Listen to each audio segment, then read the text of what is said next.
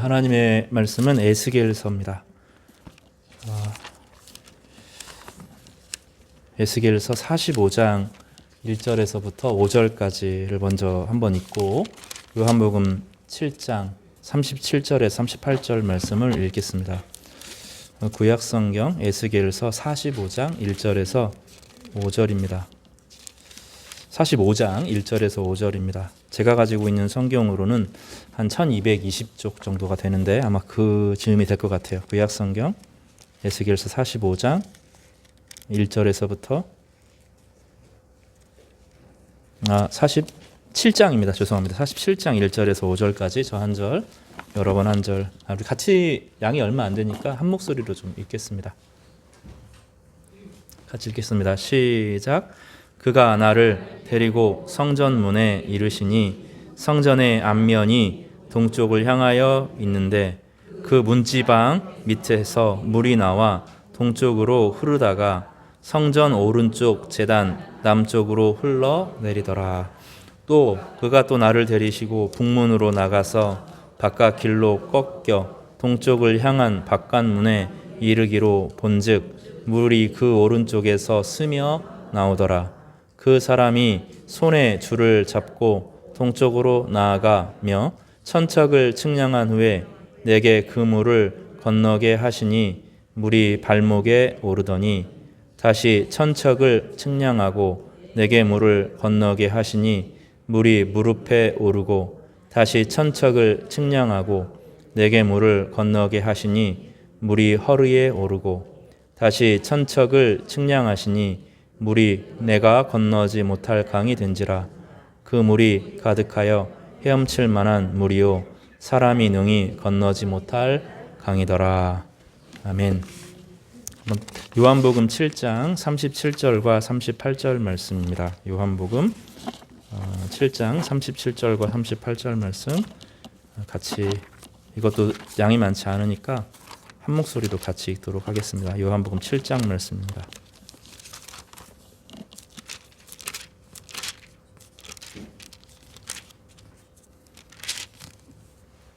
39절까지요. 시작. 명절 끝날 곧 큰 날에 예수께서 서서 외쳐 이르시되 누구든지 목마르거든 내게로 와서 마시라. 나를 믿는 자는 성경의 이름과 같이 그 배에서 생수의 강이 흘러나오리라 하시니 이는 그를 믿는 자들이 받을 성령을 가리켜 말씀하신 것이라. 예수께서 아직 영광을 받지 않으셨으므로 성령이 아직 그들에게 계시지 아니하시더라. 아멘. 오늘 제목을 좀 서사적으로 지었는데 한번 따라서 볼까요? 누구나 큰 강 하나는 가지고 산다. 비유적인 말씀인데 이 말씀을 가지고 우리 한 주를 좀 넉넉하게 사시는 저와 여러분 되시기를 바랍니다. 어떤 큰 가뭄이 들었다고 생각을 해보세요. 그러면 처음에는 물이 좀 줍니다. 그리고 수도를 잠그죠. 이틀에 한 번씩 이제 물이 나옵니다. 그러다가 그것도 물이 안 되면 이제 제한 급수를 합니다. 하나도 안 와닿죠. 그런 경험이 없으니까. 근데 옛날에는 그런 적이 있지 않았어요? 전주도 물이 떨어지면 제한 급수도 하고 이런 것들을 합니다. 그래서 어느 날 그러면 이제 어떤 일이 벌어집니까? 서부 영화나 이런 데 보면 물이 없으면 이제 소나 이런 가축들이 죽어갑니다. 주인 입장에서는 이제 죽을 노릇이죠. 경제가 무너지는 것을 떠나서 이 가축들과는 가족처럼 지내기 때문에 이 가축들이 죽는 것이 마음에 막 애리고 아프고 이런 일들이 벌어질 겁니다. 점점점 그 최소한의 생계만 남겨두고 다 죽는 거죠. 이런 상황이 되는데 어떤 사람이 우연히 곡괭이를 가지고 집을 이렇게 두둑두둑 하는데 안반수가 탁 터져 나온다고 생각을 해보세요. 여러분 좋겠죠? 오늘 본문은 이제 그런 겁니다. 우리는 어떻게 생각하냐면 우리가 어려울 때 누가 좀 도와줬으면 좋겠다 그런 생각해요. 그죠? 마음이 상하고 아플 때 누가 좀 나를 위로해줬으면 좋겠다 이런 생각이 듭니다. 내 안에 자본이 없고 경제적인 힘들이 없으면 어떤 기회가 있으면 좋겠다 이런 생각을 하죠. 나중에 힘들면 여러분 하나씩 저는 아직 한 번도 해본 적이 없는데 로또 이런 거 하나씩 다 가지고 계시지 않아요? 한 번씩 긁어보면서 오늘은 안 됐지만 언젠간 하면서 희망을 품죠. 우리는 외부에서 뭔가 도움이 있어야 된다고 생각을 하고 실제로 외부가 어떤 외적인 환경과 조건을 통해서 도와줘야 될 필요들이 있습니다. 성경은 좀 다르게 이야기하는데 우리 안에 그런 생명수가 다 하나씩 있다는 거예요. 엄청난 강들이 우리 안에 안반수로 다 있는데 아직 안 파본 거예요. 이거를 조금만 더 파면 되는데 1cm만 더 파면 되는, 1cm는 좀 심하고 저절로 나오겠죠? 한 20cm, 30cm만 더 파고 들어가면 쾅 쏟아져 나올 텐데 그게 그걸 안 한다는 겁니다. 보통 이런 작업은 기도로 이루어집니다. 말씀도 기도도 파고 들어가야 되는데 성경이 너무 어렵다고 생각을 해요. 말이 안 되죠. 집사님이 되고 안수 집사님이 되고 장로님이 되고 권사님이 되면 성경 뭐 10번, 20번 읽어야 되죠. 장로님이 되려고 하면 100번은 읽어야 되지, 그죠? 또 목사가 되려고 하면 300번 정도는 넘게 읽어야 되지 않겠어요? 처음에는 어려운데 처음부터 설설설 다가오기 시작합니다. 모르면 수많은 자료들이 있죠. 말씀을 읽고 체계화하고 내 소유가 되게 하는 것이 필요합니다. 기도도 좀 그렇습니다. 기도 혼자 하는 거 되게 어려워요. 혼자 기도하면 가만히 5분이 작심하고 기도하려고 하면 5분이 엄청 긴다는 걸 알게 돼요. TV를 보고 야구를 볼 때 1시간은 쑥 지나가는데 집안에서 가만히 휴대폰을 끄고 인터넷을 끄고 영화를 끊고 조용한 방에서 음악도 끄고 기도를 하면 그 5분이 하루 종일같이 얼마나 지루하고 힘든지 모릅니다. 좀 늘어서 10분을 기도하면 잡생각이 나기 시작하죠. 이 잡생각과 싸우는데 좀 오랜 시간이 걸립니다. 조금 더 기도가 좀 깊어지면 한 15분, 20분이 되면 기도를 하는데 자꾸 우울한 생각이 나죠. 자꾸 우울해져요. 혼자 처음 기도하는 게 되게 좀 어려워요.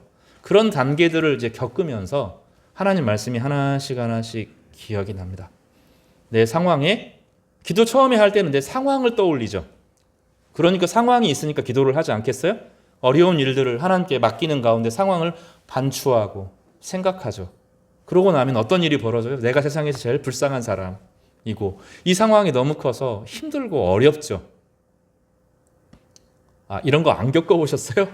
기도하는데 이런 단계들을 겪습니다. 아니 이런 단계가 하루아침에 이루어지는 것이 아니라 1년, 2년, 3년에 걸쳐서 한 20분 기도하게 된다고요. 하루에 20분 기도하는 게 여러분 안 쉬워요. 꾸준히 아무도 없는 시간에 고요하게 기도하는 것이 쉽지가 않아요.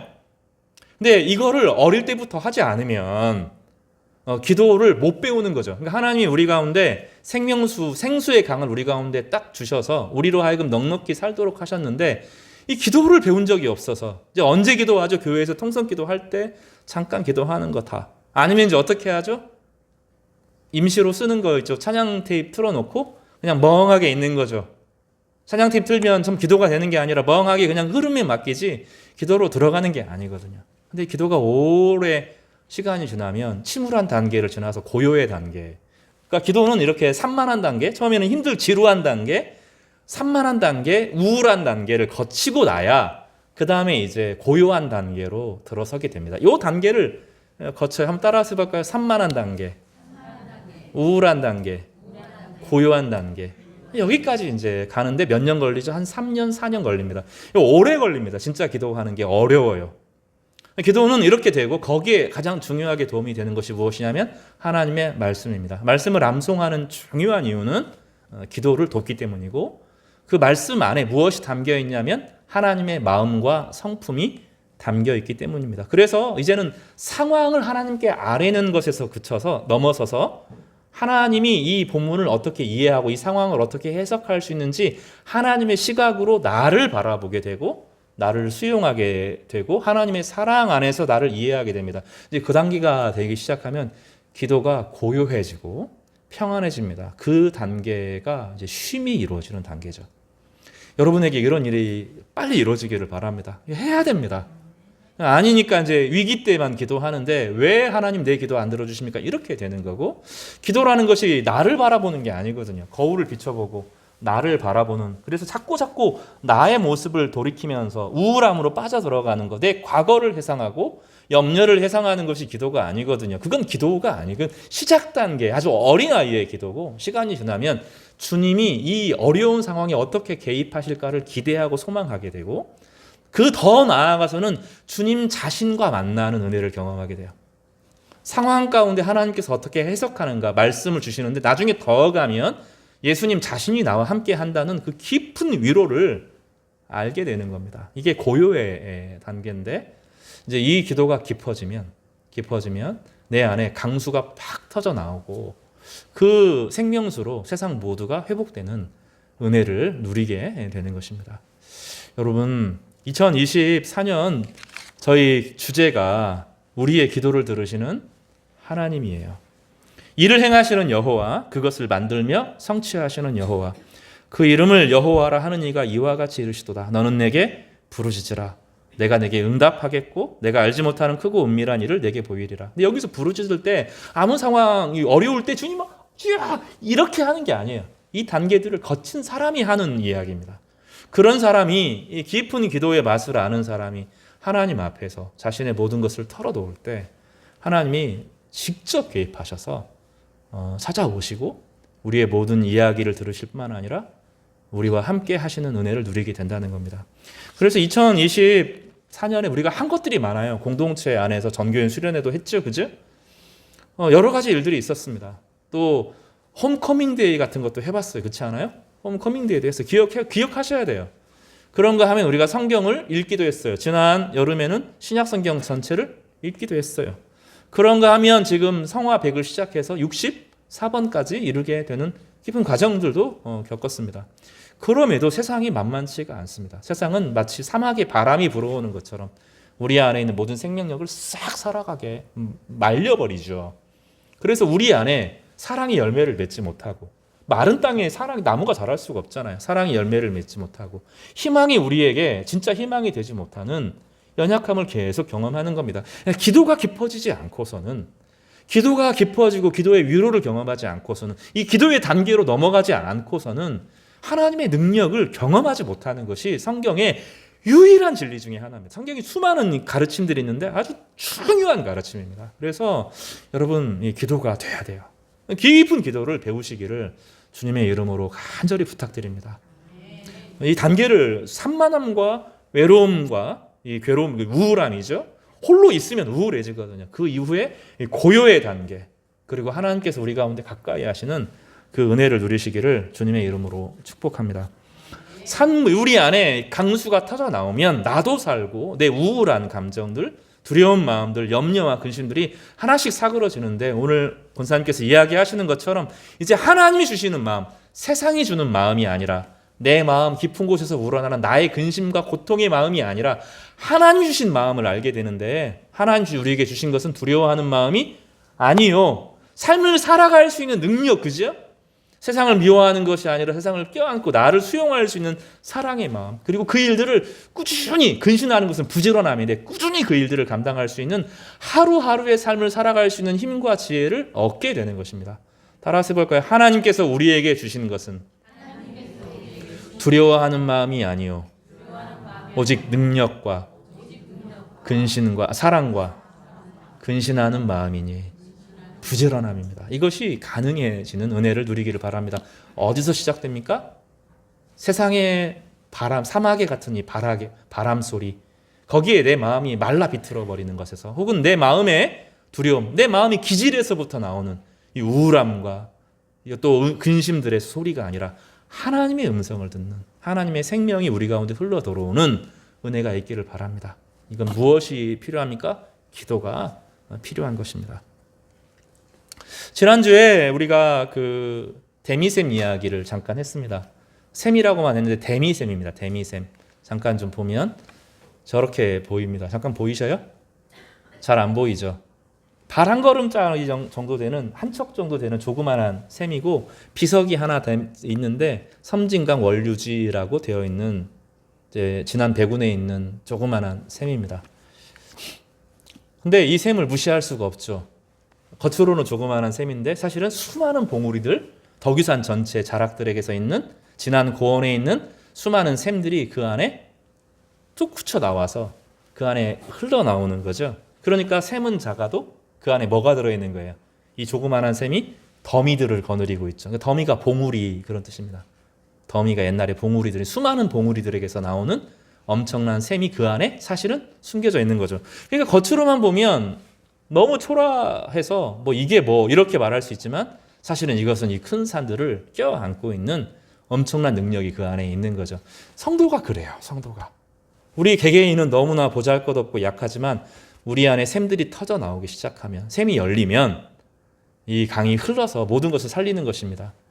이 강이 두 갈래로 흘러가요. 하나는 이렇게 섬진강으로 흘러가는데 저기 이제 진안을 거쳐서 쭉 흘러서 남원을 거쳐서 한쪽으로는 하동으로 빠져나가고 이제 구례를 거쳐서 하동으로 빠져나가죠. 저는 오른쪽 저기 갈라진 오른쪽에 좋아해서 구례 쪽을 되게 곡성보다 구례 쪽을 훨씬 좋아합니다. 그 계곡이 너무 아름답거든요. 이렇게 흘러갑니다. 근데 한쪽은 지금 안 보이는데 이 지도에 표시가 안 됐잖아요. 금강으로 흘러갑니다. 왼쪽으로 흘러가는 강이 220km 정도 됩니다. 어마어마하죠. 가장 남쪽에서 아름다운 강을 흐릅니다. 어디서 시작됩니까? 여기서 시작됩니다. 이 작은 강이 그 모든 것을 살리는 엄청난 강이 되는 것입니다. 오늘 그 얘기를 여러분과 좀 해보려고 해요. 우리가 다니엘서를 통해서 이미 확인했지만 다시 확인을 해보려고 합니다. 오늘은 다니엘서의 이야기를 똑같이 에스겔이 어떻게 설명하는가, 다니엘서 이야기가 에스겔을 통해서 어떻게 흘러가는가를 살펴보겠습니다. 그래서 우리가 좀 찾아가서 읽어볼 텐데 에스겔서 10장을 좀 찾아보시기 바랍니다.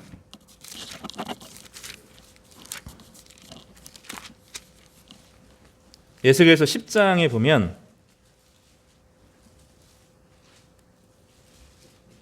18절입니다. 18절 같이 읽어봐요. 에스겔서 10장 18절 말씀입니다. 찾으셨으면 읽어볼게요. 시작. 여호와의 영광이 성전 문지방을 떠나서 그룹들 위에 머무니라. 그룹은 하늘의 영광 가운데 천사들을 말하는데 이 성전을 떠나서 동쪽에 있는 성전을 떠나서 성전에 없이 계신 하나님이죠. 11장을 보겠습니다. 11장 마지막 절에 보면 11장을 좀 보겠습니다. 11장인데 구체적으로 18절일 건데요. 같이 한번 보겠습니다. 같이 제 11장 17절 18절 말씀 같이 읽겠습니다. 시작. 너는 또 말하기를 주 여호와의 말씀에 내가 너희를 만민 가운데 모으며 너희를 흩은 여러 나라 가운데 모아 내고 이스라엘 땅을 너희에게 주리라 하셨다 하라. 그러면서 이제 회개를 요청하는데 이건 나중에 성전이 회복될 때 그런 일이 벌어진다고 이야기하면서 그 엄청난 이 하나님의 떠남에 대한 이야기들이 이 이후로 시작되는데 22절을 보십시오. 주님께서 회복하기 전에 어떤 일이 벌어집니까? 같이 22절에서부터 시작. 그때 그룹들이 날개를 드는데 바퀴도 그 곁에 있고 이스라엘 하나님의 영광도 그 위에 덮였더라. 여호와의 영광이 성읍 가운데서부터 올라가 성읍 동쪽 산에 머물고 주의 영이 나를 들어 하나님의 영의 환상 중에 데리고 갈대아에 있는 사로잡힌 자 중에 이르더니 내가 본 환상이 나를 떠나 올라간지라. 지금 이스라엘이 회복되긴 회복될 거야 라고 하나님께서 11장에 말씀하시면서 하나님은 어떻게 하셔요?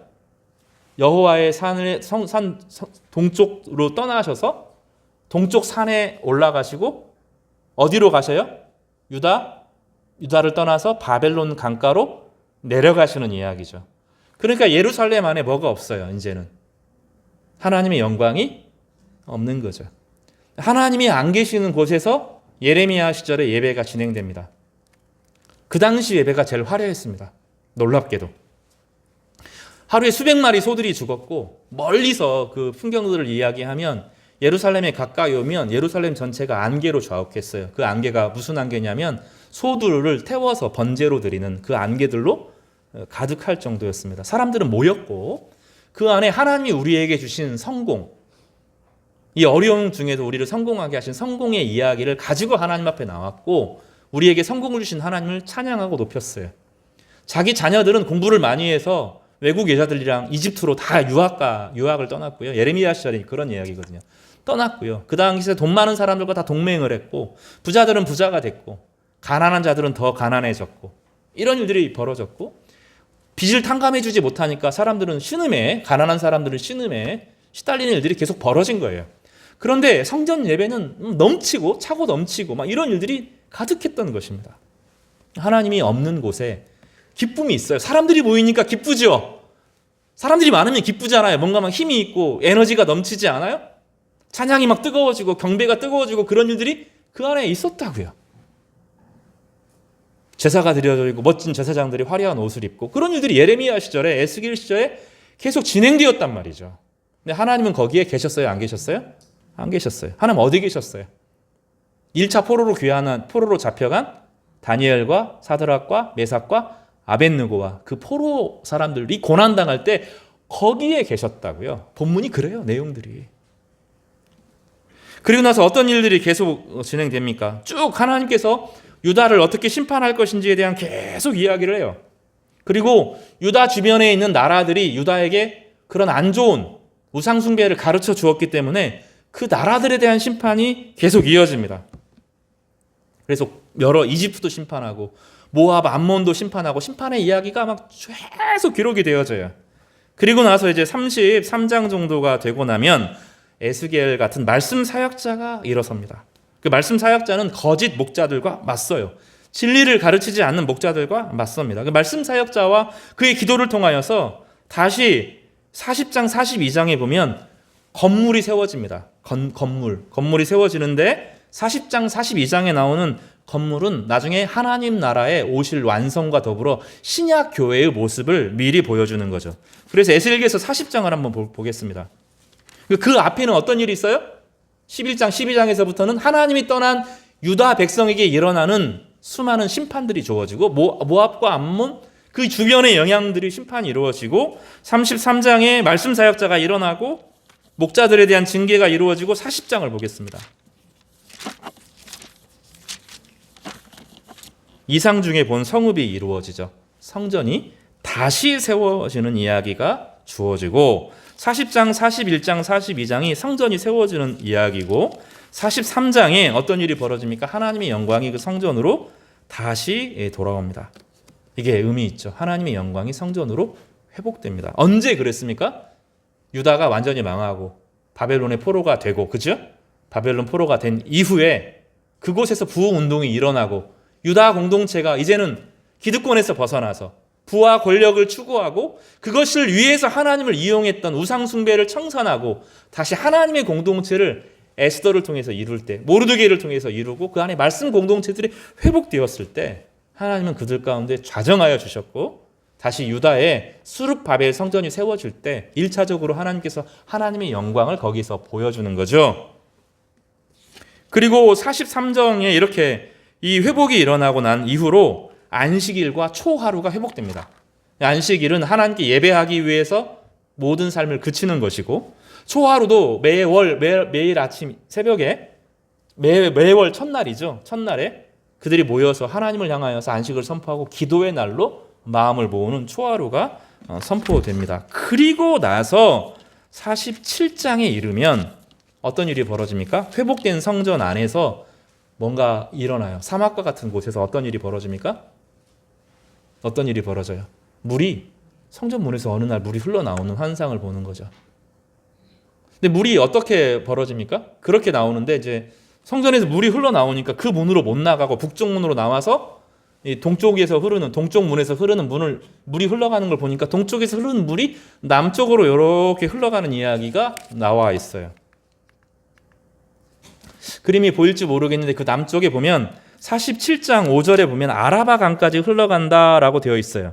쭉 넘어가면 이 아라바 강이란 이야기가 나오는데 그 아라바 강은 따라서 볼까요?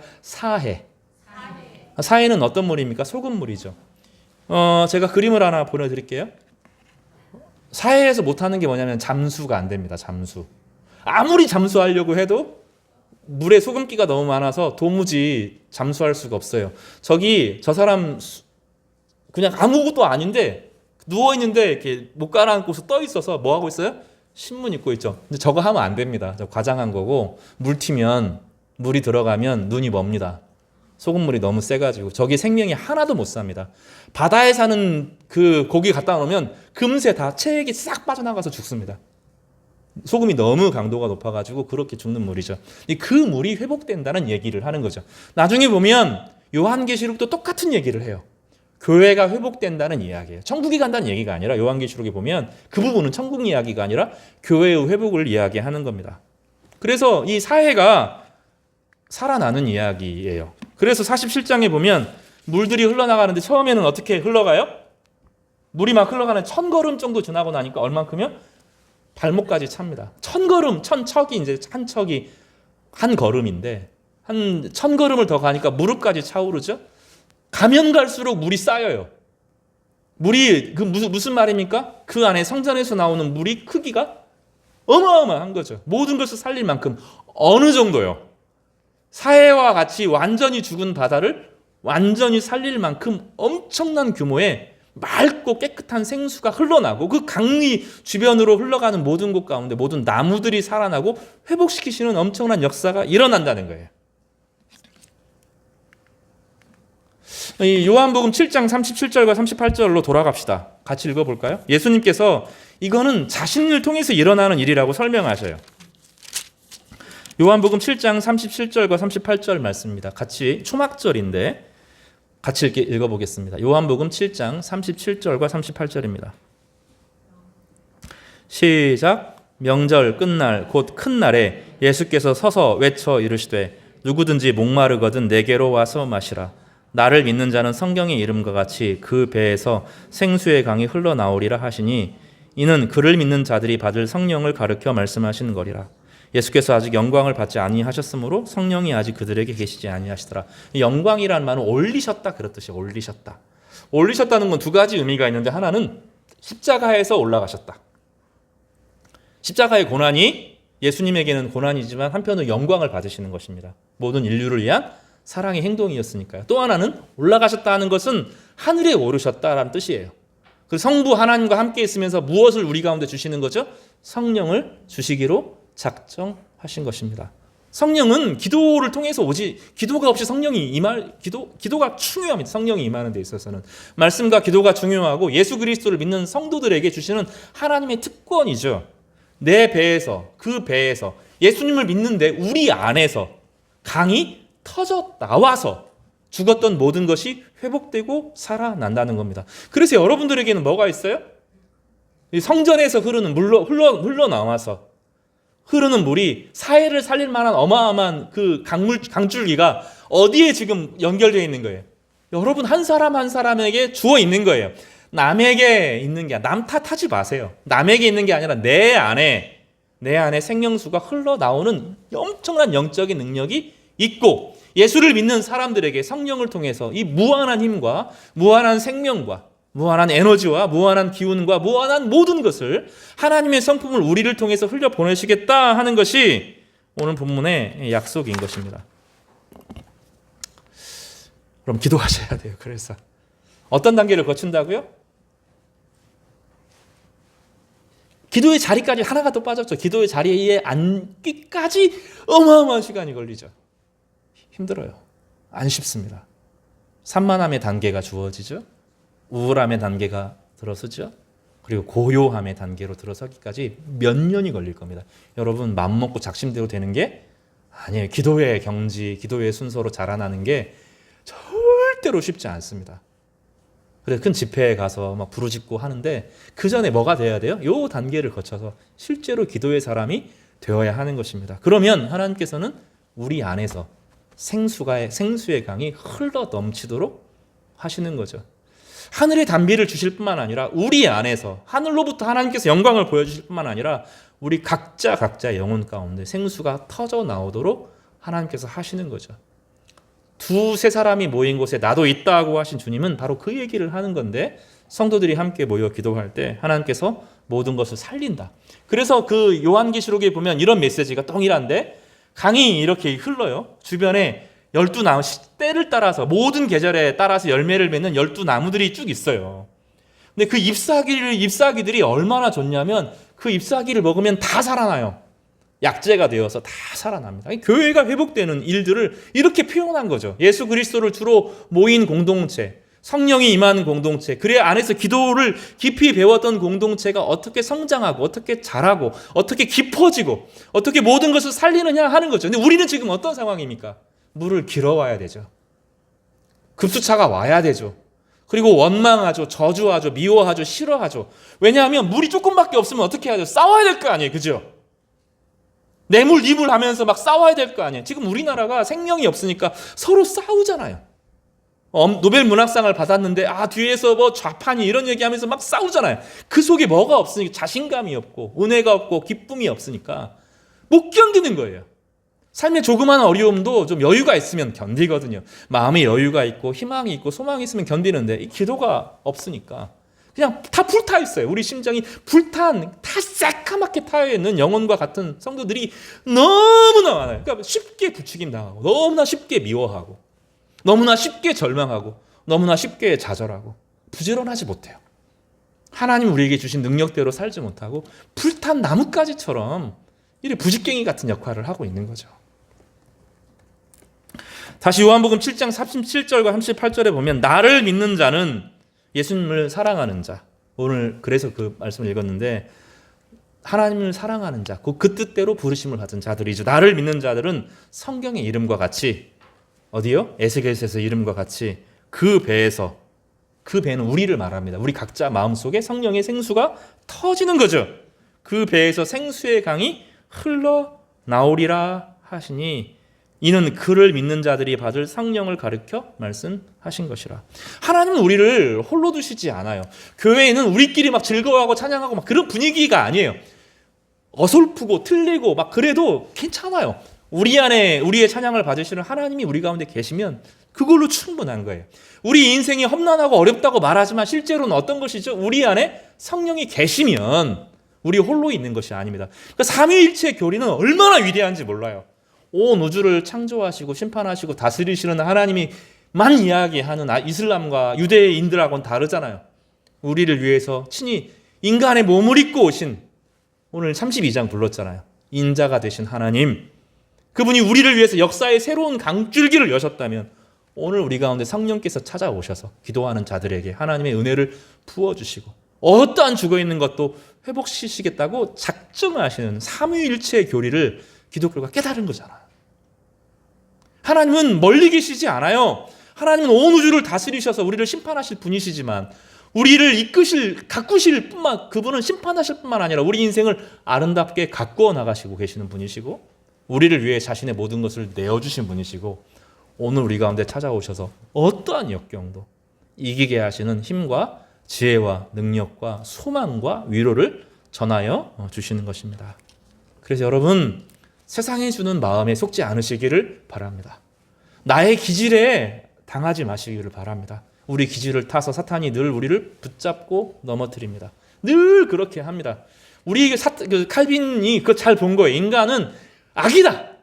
인간은 타락하지 않은 사람이 없다. 그 속에서 가장 바울이 말한 것처럼 가장 부패한 것은 우리의 마음이다라고 말하잖아요. 그러니까 마음을 믿으면 안 돼요. 우리 기질을 믿으면 안 돼요. 사탄이 그거 갖고 장난친다고요. 그러니까 끊임없이 실패하고 우울하고 망가지고 무너지는 것이 우리 인생이잖아요. 그게 아니라 성령의 생수가 터져 나오기를 바랍니다. 하늘이 열리고 우리 마음 가운데 성령이 터져 나와서 우리가 회복되기를 바랍니다. 깊은 은혜로 위로를 누리시기를 바랍니다. 이번 한 주가 우리의 기도의 주간이 되기를 간절히 바랍니다. 쉽지 않은 여정입니다. 기도의 산을 오르는 것, 기도의 땅을 깊이 파는 것 절대로 쉬운 과정이 아닙니다. 그러나 한번 이 물결이 열리기 시작하면 다 살아납니다. 왜냐하면 하나님 자신을 만나게 될 것입니다. 바로 이 은혜가 우리 모두에게 임하기를 주님의 이름으로 축복합니다.